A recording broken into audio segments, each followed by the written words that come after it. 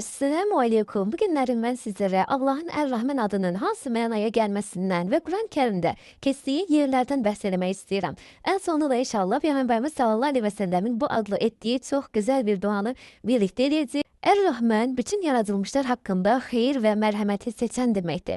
Dünyada yaxşı pis, zəngin kasıb demədən, kiçik böyük demədən, mömin və kafir, yəni bunların heç birini ayırmadan bütün məxluqata ehtiyac duyduqları ruzini verən, onları himayəsi altına alıb bəsləyən və böyüdən deməkdir. Rəhman sözü rəhmət kəlməsindən törənmişdir. Rəhman lüğətdə acımaq, sevmək, şəfqət göstərmək, ehsan etmək və bağışlamaq mənalarına gəlir. İndi isə mən sizlərə Rəhman adının Quran-Kərimdə keçdiyi bir neçə surələr oxumaq istəyirəm. Məryəm surəsi və Taha surəsindən də əsasən bu ayətlər.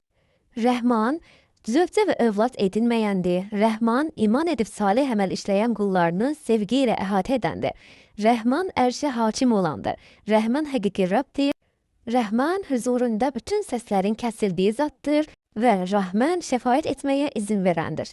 İndi isə Peyğəmbərimiz sallallahu əleyhi və səlləmin namazda təhiyyət duasını bitirdikdən sonra etdiyi duanı gəlin birlikdə oxuyaq.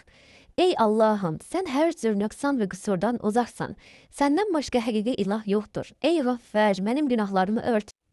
Ey Təvvab, tövbəmi qəbul et, əməllərimi islah et. Şübhəsiz ki, sən istədiyin kəslərin günahlarını bağışlayarsan, sən G'afur və Rahimsən.